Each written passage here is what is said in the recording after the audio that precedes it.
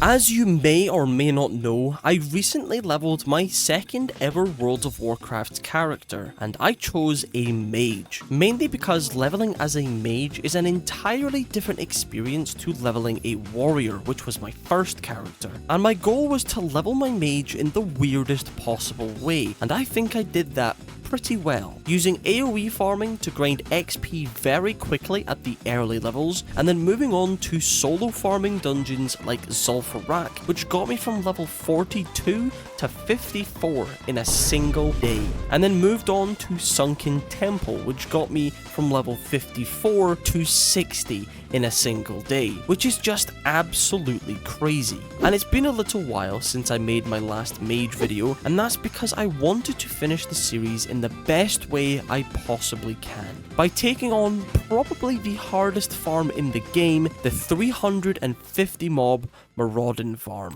Starting the day off, we are actually going back to when I was a fresh level 60. We are currently inside of the Scholomance dungeon trying to get some gear. Now, since we are trying to gear up for a farm, we're actually going to be farming gear that is slightly different. Usually, if I was going to be taking my mage into raids and stuff, I would be farming out gear like the Banthok Sash, or Briarwood Reed, or Robe of the Archmage. But all we are actually wanting is intellect and stamina, basically to get as much health and as much mana as humanly possible. And we're also going to want about 60 nature protection, obviously for the imps. And that's why we're inside of Scholomance, trying to get pieces of the Necropile set, because not only does it provide some fantastic stats, but the set bonus would be huge as well, giving defense and intellect, but more importantly, giving 15 resistance to all resistances, which is obviously quite a nice chunk of what we need.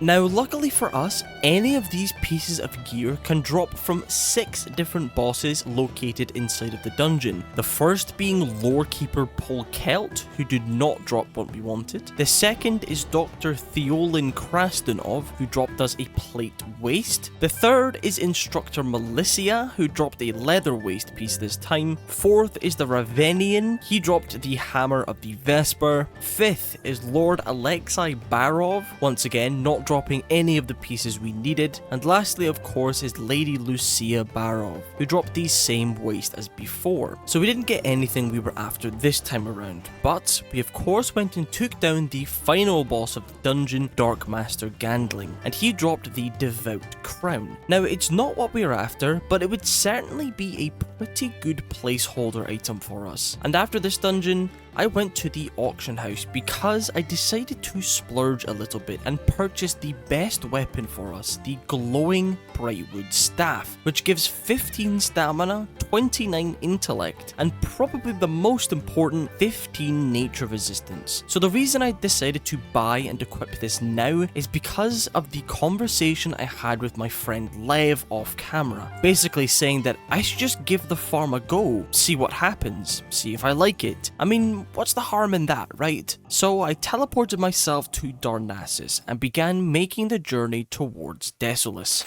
Okay, so believe it or not, I have actually done my research, and I think I know pretty well how the farm generally works. Of course, as I do it more, I remember what abilities to use on what packs. Also, for my first attempts, I'm starting with the 200 mob pool, just so I can get a feel for the run and start to learn the kill phase, which is going to be the hardest part. Now, my first hiccup was this part here, where I get hit way too many times, and I know that doesn't look like a lot of health, but once I get to this point during the 350 mob pool, there's going to be over 100 mobs trailing behind me, which means I probably would have died here. As I continued to pull the rest of the mobs, things were going fine up until this point, where I had no ice barrier, I'd lost a ton of health, and the mobs were right up my ass. But I continued anyway, and then I tried to do a wide turn to group the mobs without having a blink available. Absolute idiot, which of course resulted in immediate death. My second run, we actually get past where I died last time, and I run into this little side room to pick up some extra mobs. Yeah, I have no idea what I was doing there.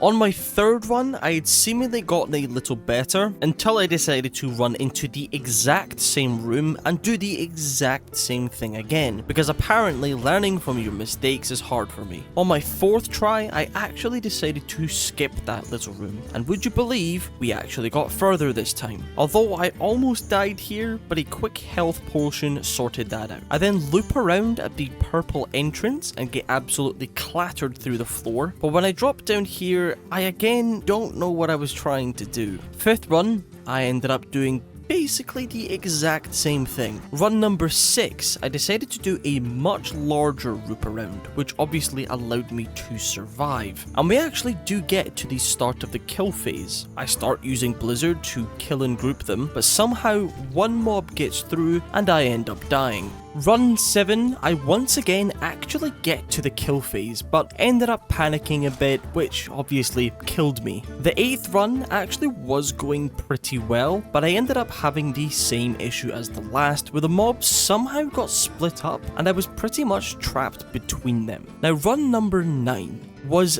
the best run yet. I managed to keep all the mobs nice and slowed together, and I managed to take down most of the imps whilst keeping some of them alive to generate me mana. And I actually kept my shield up for most of it, which is very surprising for me. And after a couple minutes, we had managed to do it. Our first 200 mob Maraudon pool. Well, it was 137, but I was happy with that, since it gave me the confidence and the reassurance that this was a real possibility for me. But I decided that before I even attempted doing the 350 mob pool, I wanted to make sure that I was well equipped. So I quickly looted every mob and made my way back over to Scholarman's to have another go at the Necropile set.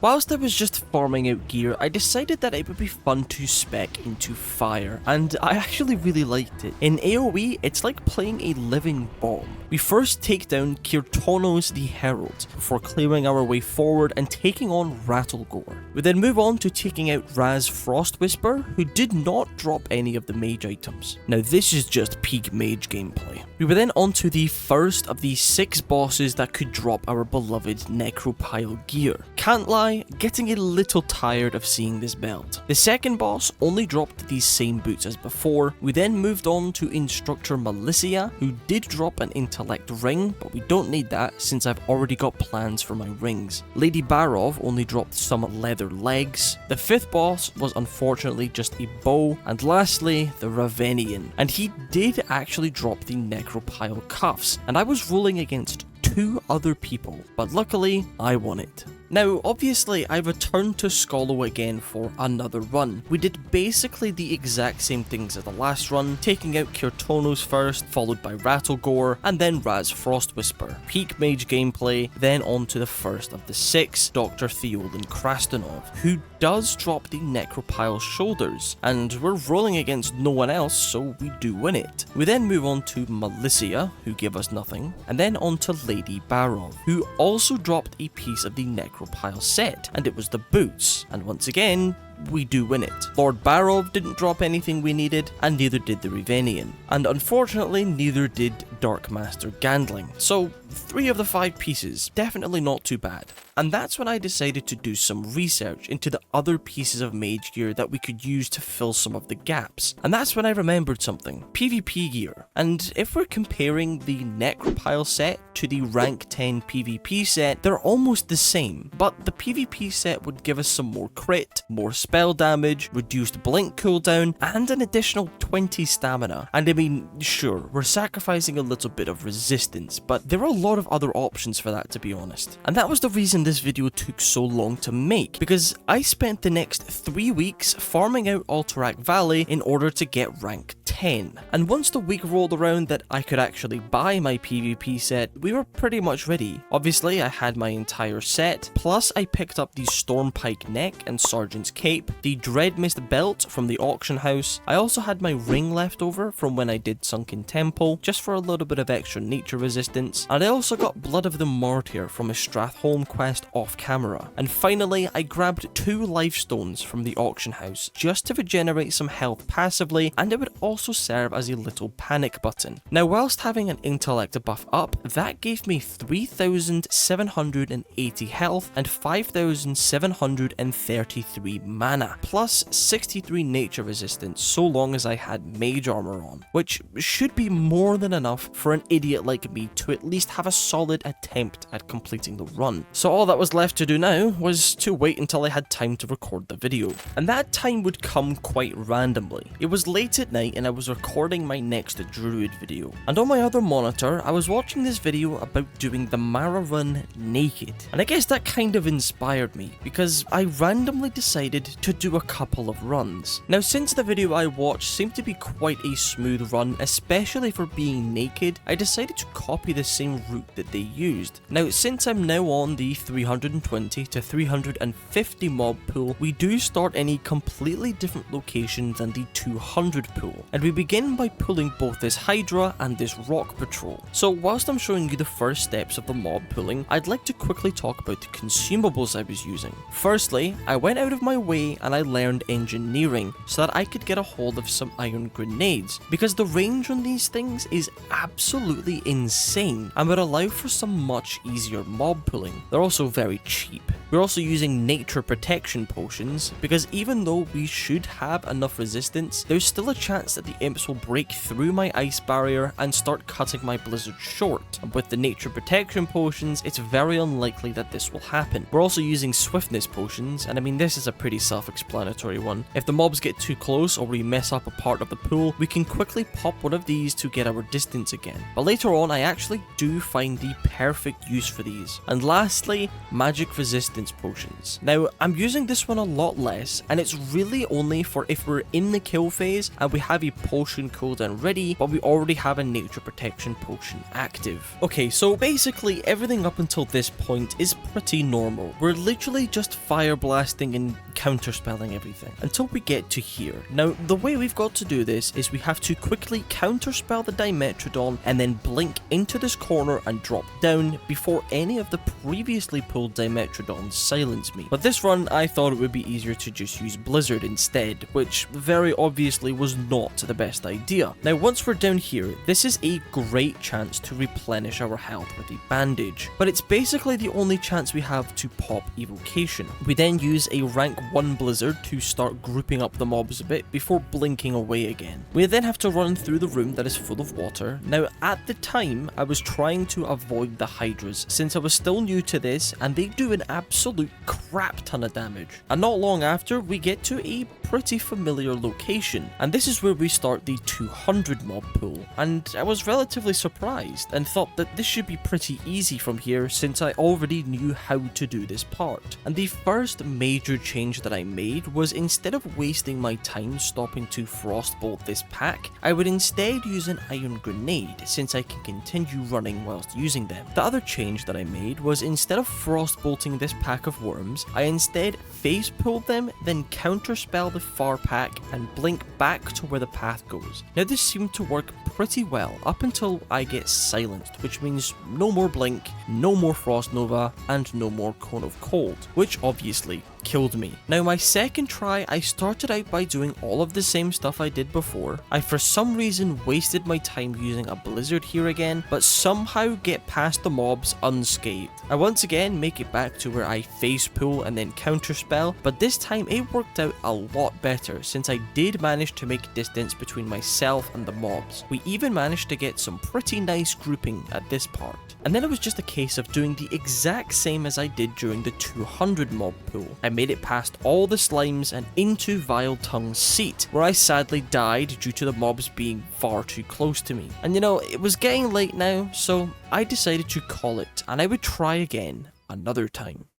Logging on, I was prepared and ready. I made sure to study the video as much as I possibly could, and I even set my Hearthstone in Desolate to make it easier for getting in and out when I needed to repair my gear. I then made my way into Maraudon and began my first pull of the day, and apparently I learned to actually counterspell here and not Blizzard. Now this run was actually going extremely well. I even learned to add a Blizzard here in order to pull the slimes up top. We even make it into Vile Tongue's seat without dying, where we pull all of these packs around here and jump across this gap. And that gives us a little moment to bandage before we start some more grouping. I of course skipped that little room in order to avoid immediate death. Now as we get into this final area here, I changed up how I was doing it. I instead pull as many trees as I can down below before making my way into the purple entrance room. I of course loop around up top, and we actually get a lot of time here for some more grouping instead of just immediately dropping down. Once done that, we then run back through to the other room to start the loop, where we run up to the end and we apply mage armor and dampen magic before making my way back to purple room to start the kill phase. Now unfortunately, the mobs were still too far apart, and it caused me to miss the very first jump, which resulted in my death.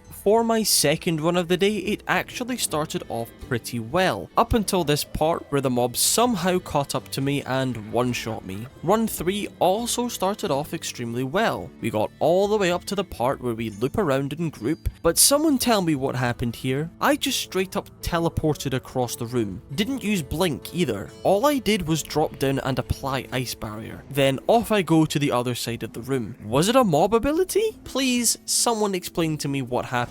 What did I do wrong? I'm so confused. Run 4, I unfortunately got stunned by one of these cavern lurkers, which killed me. Run 5, I actually do get all the way to the kill phase. My blizzards are all hitting, slowing the mobs together, AoEing them down. We were resisting basically everything the imps were sending my way, and it really looked like this was going to be the successful run. But I let the Dimetrodons get too close, which obviously caused me to get silenced. Now, I thought that I was going to be able to just wait it out by juggling the mobs back and forth. That was until I missed the jump. So I thought I could just loop around again, but because all of the mobs were low health, they were walking slower than normal, which means I met up with them before making it all the way back through. Run 6, they got too close again, but on run 8, we make it all the way to the kill phase. I place my blizzards correctly, keeping all the mobs slowed at all times, and I don't miss the jump again. And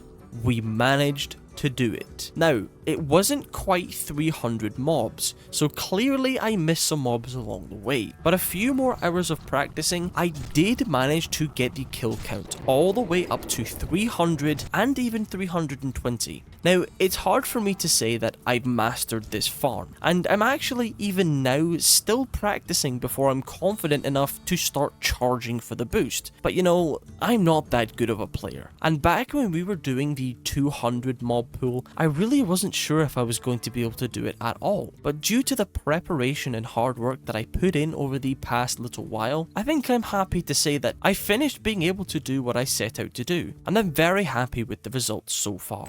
I hope you all enjoyed today's video because I enjoyed making it. This video really was one of the most fun videos to make and edit so far. I really like doing these mage farm videos, and I apologize for not posting for almost 9 days now, but like I said, I was in the middle of recording a new druid video and just randomly thought about finishing this video. I have no idea why, but I think it's time now that I can maybe compile all of my mage videos into a nice playlist, maybe a long form video. Also, if you wanted me to make a real proper guide on doing the Maraudon boost, then let me know in the comments. I would be more than happy to do a video on that. And of course, like I said, I've got a new druid video coming out very soon. Anyway, I think I've yapped long enough. I hope you all have a wonderful rest of your day, and I will see you all later.